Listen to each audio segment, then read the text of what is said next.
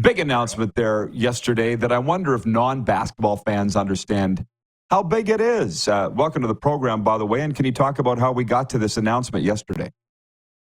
Yeah, thanks, Rod. Thanks for having us. And we're very much excited to get to Saskatoon in November. We've been working with the CBL for a number of years when we have these qualification game opportunities to host on domestic soil, partnering with some of the great franchises of the CBL to bring the national game to the home fans of that particular CBL franchise. So we're excited to partner with the Rattlers, with the CBL, and to be in Saskatoon. This tournament for us coming out of the Olympics is the beginning of, a long qualifying process to the next Olympics. So the America Cup is an important tournament for us in our FIBA rankings, and allows us to compete against the best in the Americas region, hosting Dominican, hosting Mexico, two top quality programs in the region, and we're expecting some great games.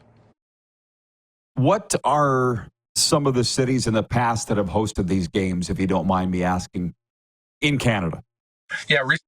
Yeah, we've been through Hamilton back when the Honey Badgers were there.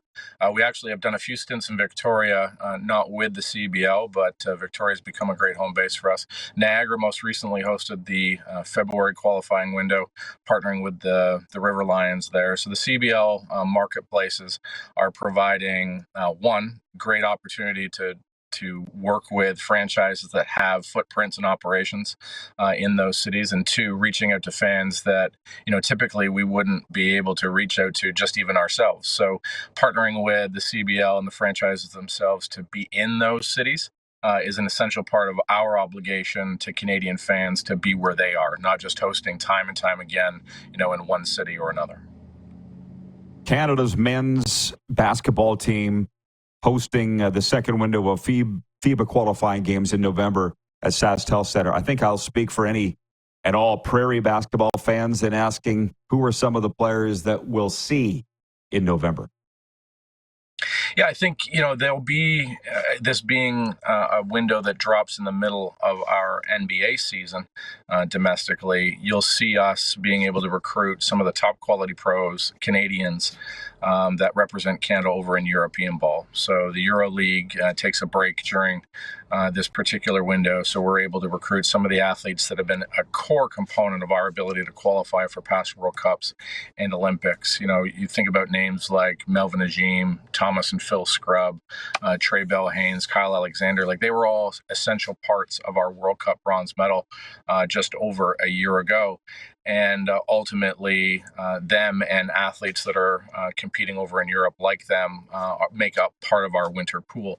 This winter-summer core that we've created allows us to engage the best athletes that are available to us at the time, because the FIBA competition calendar is really 365. It's not just when the NBA isn't playing. It's not just when EuroLeague isn't playing. It runs November, February, and then through the summer months as well. So you can't just roll into these tournaments and qualifying with a single roster and expect, the same 12 players will compete time and time again. You have to have some flexibility, and that's just part of the international game. Of course. So you need to hammer this into people's heads multiple times. Canada's men's national team hosting the second window of the FIBA qualifiers in November. That's what I'm doing, Michael. You can hammer it into their head a few more times too if you like, but it's going to be at SaskTel Center in November. I want to ask you, was there a bid process for this? Because while I'm not the biggest basketball guy, I do love it, and very close friends, obviously, with the commissioner, Mike Morreale of the CEBL. I know how much it's growing. Was there a bid process for this?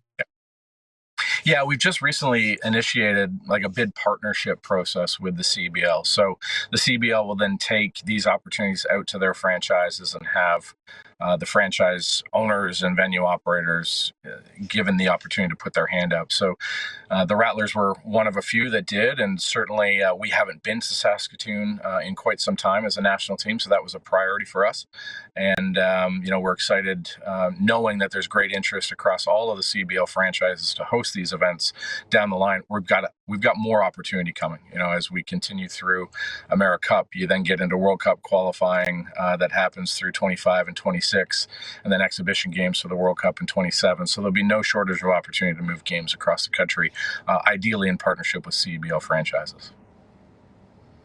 Michael Bartlett is the president and CEO of Basketball Canada. I'll just ask you this as the guy that would know more than anybody. What is the state of basketball in Canada today? Yeah, it's fastest growing sport, both from a participation standpoint and fan interest standpoint. We're very pleased. Over the last 4 years, since the last Olympics, we did some data crunching coming out of this Olympics. We're anticipating it's grown 35% over these last 4 years in registered member participation in this country. That's a telling sign for a sport that was already very popular. From a fandom perspective, the Raptors did a wonderful job of uniting Canada through that 2019 championship, and we're seeing that kids, boys and girls, kids of all ages, quite frankly, and young adults are taking to the game in a registered format, participating in clubs, and that's essential to the health of the game. Whether or not those players are signing up because they've got talent trajectory that ends them up on the national team, we just want them playing. We want this game being played across the country, and everything from broadcast viewership to the Olympics to the registration growth we're seeing year over year just proves that this is a basketball nation. There's no doubt about that. Anything else I haven't asked you, Michael, that you'd like to pass along?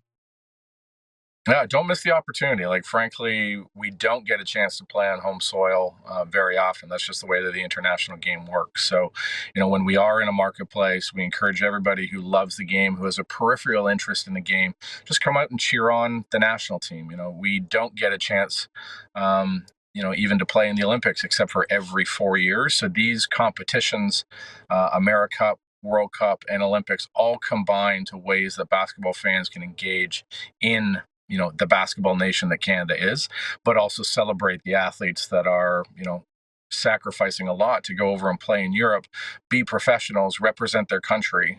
So when they get a chance to come to home soil, we want the crowd to be behind them. We want the arena to be full so that they know, the rare chance that they get to play at home, that they're appreciated. Great job, Michael, and great job with Basketball Canada. Appreciate the time, and enjoy what's left this summer, I guess, if there is any left. And thanks for coming on today. Yeah, thanks, Rod. Appreciate it.